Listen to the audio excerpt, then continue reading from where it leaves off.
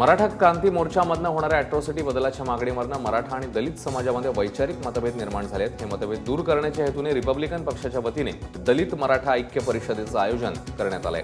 येत्या 19 ऑक्टोबरला शिर्डीमध्ये ही परिषद पार पडणार आहे। केंद्रीय मंत्री रामदास आठवले यांनी याबद्दलची माहिती काल दिली।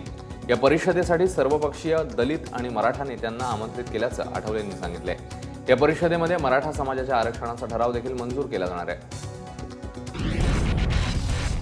परिषदेचा उद्देश एवढाच आहे की दलित समाज हा मराठा समाजाच्या विरुद्ध नाही।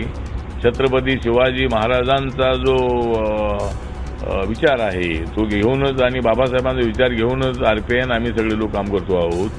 त्यामुळे मराठा समाजाला आरक्षण मिळालंच पाहिजे। पण ते आरक्षण जरी राज्य सरकारने 16% देण्याचा निर्णय घेतला असला तरी कोर्टामध्ये कितपत न्याय मिळणार आहे याबद्दल मी संशय आहे।